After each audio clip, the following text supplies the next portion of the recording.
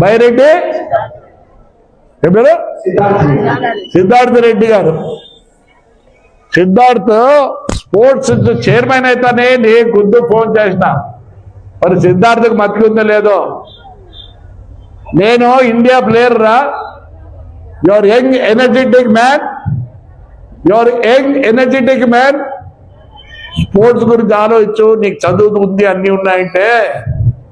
ఆయన పెద్ద యాస ఏమో, ఆయన అంత పల్లెటూరులో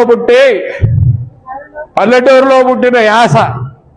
ఆయన జోకులు, ఆయన కథ, ఆయన ప్రోగ్రామాలు చెప్తుంటే నమస్కారం మారు. పెద్ద పెద్దరికి వచ్చి ఏం తిడతావు? నేను రాలేను అనుకుంటానవా? నాకు బంధుత్వం కూడా ఉంది రే.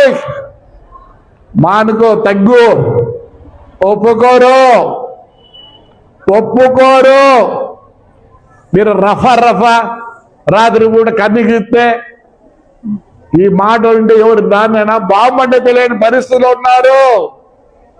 నీ యాస మానుకో. వచ్చి ఏం తిట్టిపోతావు? నా చేత కాదనుకుంటానవా? నీకన్నా బండ బూతులు వచ్చు, కానీ ఈ సమాజం ఒప్పుకోదు.